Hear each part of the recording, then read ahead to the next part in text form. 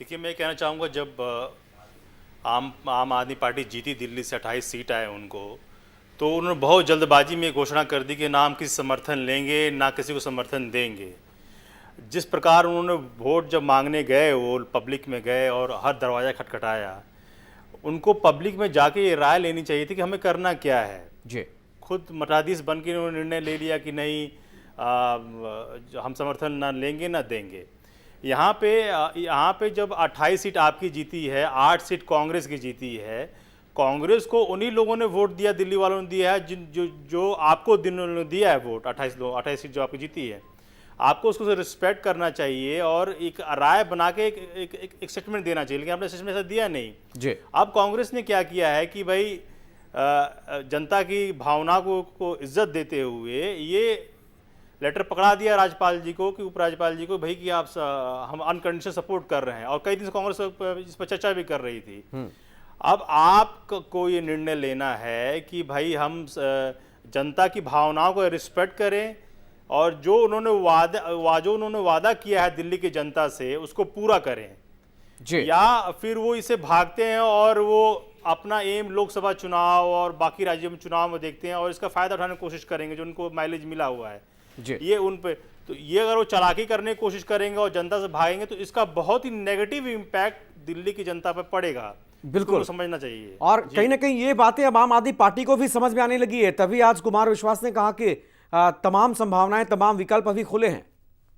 जी, मैं कह रहा हूँ जो आम आदमी और आम आदमी पार्टी, आम आदमी की जो बात आप कर रहे हैं, वो आज आदमी ये नहीं चाहेगा कि फिर 6 महीने बाद मैं चुनाव दूं और उसमें खर्चा होगा, जिस आप करप्शन की, खर्चे की, सरकारी पैसे की जो बेकार खर्चा होता है उस पर आपने मुद्दा बनाया कई जगह, और जो करप्शन का मुद्दा बनाया, भ्रष्टाचार का मुद्दा बनाया आपने, तो वो आम आदमी क्यों चुनाव करे जब आपके पास 28 सीट है और 8 कांग्रेस समर्थन अनकंडीशनल दे रही है और ये कह रही है कि भाई आप अपना एजेंडा, आपका जो मैनिफेस्टो है उसको लागू करें, हम कुछ वादा नहीं करेंगे। तो आप, जनता ये सुन रही है, देख रही है, और अब ये दिल्ली में चर्चा आम हो गई है कि भाई क्यों नहीं आप आगे बना रही है।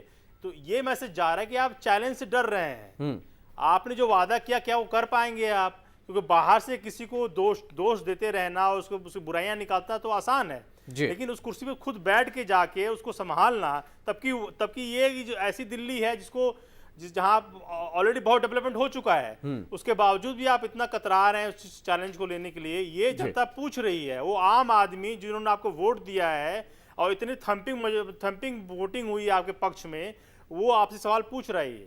बिल्कुल पंकज जी, आम आदमी पार्टी को अब लगने लगा है कि वाकई में अगर वो सरकार नहीं बनाती तो इसका खामियाजा आगे भुगतना पड़ेगा। बहरहाल आम जनता के सामने आम आदमी पार्टी यही कहती है कि उनके पास बहुमत नहीं है, इसलिए वो सरकार नहीं बनाएगी।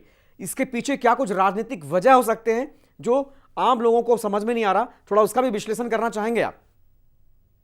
अब जो 2-3 दिन बीते हैं और जो मैं कई जगहों कई लोगों से मिला हूं, खास से मिला हूं और आम से मिला हूं, और हर जगह यही चर्चा थी कि भाई सरकार क्यों नहीं बना रहे हैं, कि किस बात के लिए डर रहे हैं।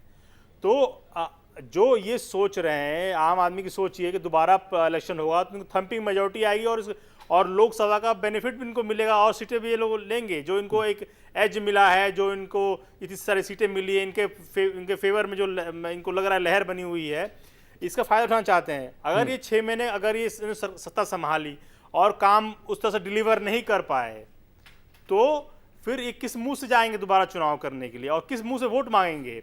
और जनता ये, क्योंकि जनता में जब चर्चाएं हो रही, लोग इन पर प्रेशर डाल रहे हैं, हर जब पूछा सरकार क्यों नहीं बना रहे, जिन लोगों ने वोट दिए पूछे सरकार क्यों नहीं बना रहे हैं। तो ये वजह है जिनके कारण जो आम आदमी पार्टी है वो ये डिसीजन लेने के लिए बहुत ही मैंने उत्सुक नहीं है काम करने के लिए। जबकि लोकतंत्र में जब आपको लोग वोट देते हैं और आपके लिए मेहनत करते हैं तो वो चाहते हैं कि आप उनकी कसौटी पे खरे उतरें।